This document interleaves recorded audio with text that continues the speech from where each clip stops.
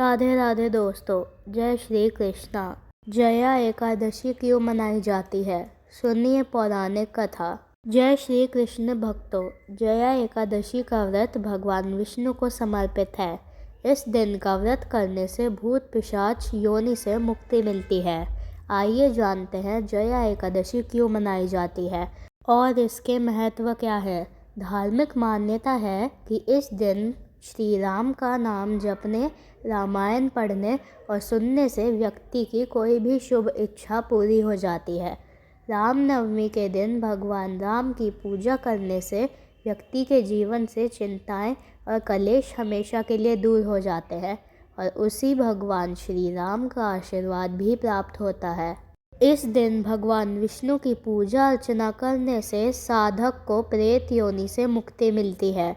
इस व्रत के बारे में भगवान श्री कृष्ण ने युधिष्ठिर को बताया था कि इस व्रत से बड़े पाप भी दूर हो जाते हैं और मनुष्य कभी पिशाच, भूत या प्रेत योनि में जन्म नहीं लेता है। और इसका महत्व पुराणों में बताया गया है। जया एकादशी का व्रत 8 फरवरी को रखा जाएगा। आइए जानते हैं जया एकादशी क्यों मनाई जाती है। भगवान श्री कृष्ण के वचनों का उल्लेख पद्म पुराण में किया गया है, जहाँ कहा गया है कि जो कोई भी इस एकादशी का व्रत करेगा उसे पिशाच के कष्टदायक जीवन से मुक्ति मिल जाएगी, यानी उसे इस जीवन में प्रवेश नहीं करना पड़ेगा। राजा हरिश्चंद्र को भी जया एकादशी का व्रत करके अपने जीवन की घटनाओं का पता चला।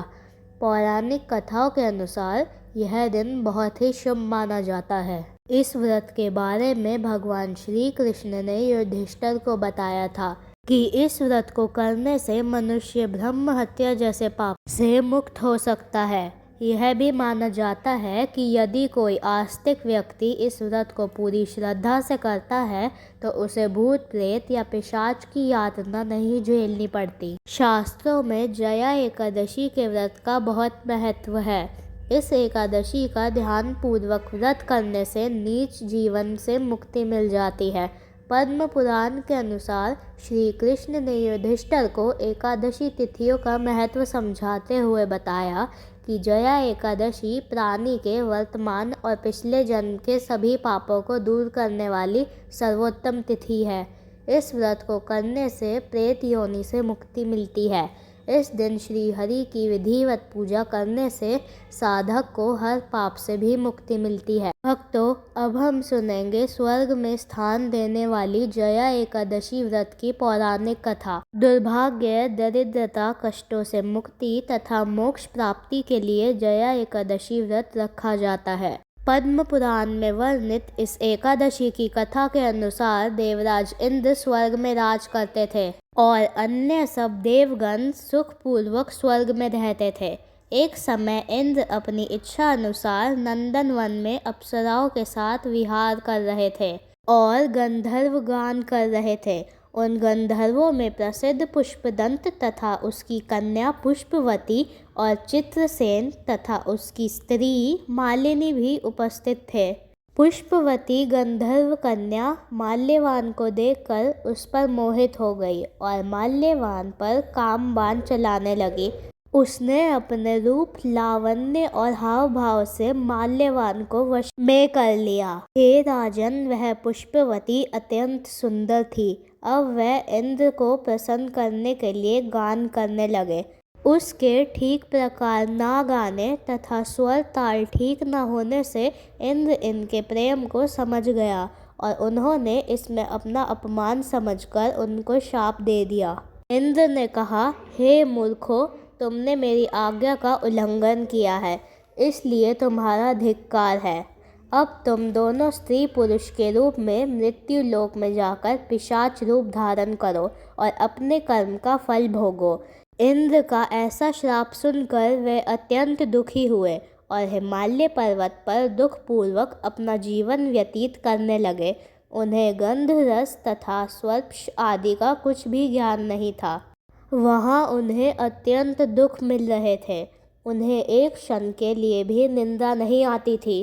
उस जगह अत्यंत शीत था इससे उनके रोंगटे खड़े रहते और अत्यधिक शीत के कारण दांत बजते रहते। एक दिन पिशाच ने अपनी स्त्री से कहा कि पिछले जन्म में हमने ऐसे कौन से पाप किए थे जिससे हमको यह दुखदाई पिशाच योनि प्राप्त हुई। इस पिशाच योनि से तो नरक के दुख सहना ही उत्तम है, अतः हमें अब किसी भी प्रकार का पाप नहीं करना चाहिए। इस प्रकार विचार करते हुए वह अपने दिन व्यतीत कर रहे थे। देवयोग से तभी माघ मास में शुक्ल पक्ष की जया नामक एकादशी आई।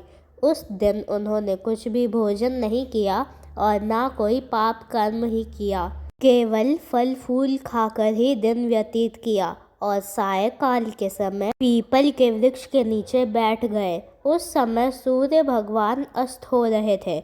उस रात अत्यंत ठंड थी, इस कारण वह दोनों शीत के कारण अति दुखी होकर मृतक के समान पड़े रहे। उस रात्रि को उनको निंद्रा भी नहीं आई। जया एकादशी के उपवास और रात्रि के जागरण से दूसरे दिन प्रभात होते ही उनकी पिशाच योनि छूट गई। अत्यंत सुंदर गंधर्व और अप्सरा बनकर उन्होंने सुंदर वस्त्राभूषण धारण कर उन्होंने स्वर्ग लोक को प्रस्थान किया। उस समय आकाश में देवता उनकी स्तुति करते हुए पुष्प वर्षा करने लगे। स्वर्ग लोक में जाकर इन दोनों ने देवराज इंद्र को प्रणाम किया।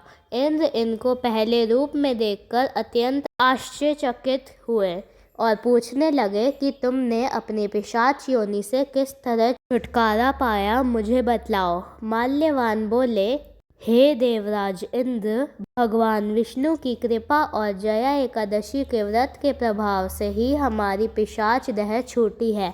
तब इंद्र बोले कि हे माल्यवान, भगवान की कृपा और एकादशी का व्रत करने से न केवल तुम्हारी पिशाच योनि छूट गई, अपितु हम लोगों के भी वंदनीय हो गए, क्योंकि विष्णु और शिव के भक्त हम लोगों के वंदनीय हैं। अतः आप धन्य हैं। अब आप पुष्पवती के साथ जाकर विहार करो। अतः इस जया एकादशी के व्रत से बुरी योनि छूट जाती है। जिस मनुष्य ने इस एकादशी का व्रत किया है उसने मानो सब यज्ञ जप दान आदि कर लिए। जो मनुष्य जया एकादशी का व्रत करते हैं वह अवश्य ही 1000 वर्ष तक स्वर्ग में वास करते हैं। ऐसी इस एकादशी की महिमा है।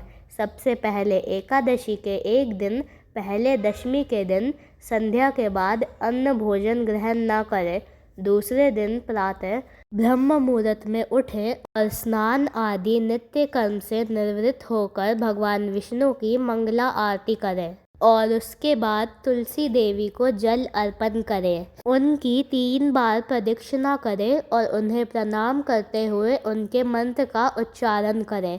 उसके बाद तुलसी देवी के समक्ष आसन पर बैठकर हरे कृष्ण महामंत्र का अधिक से अधिक मंत्र जाप करें। यह मंत्र आप सभी जानते हैं। हरे कृष्ण कृष्ण कृष्ण हरे हरे, हरे राम राम राम हरे हरे।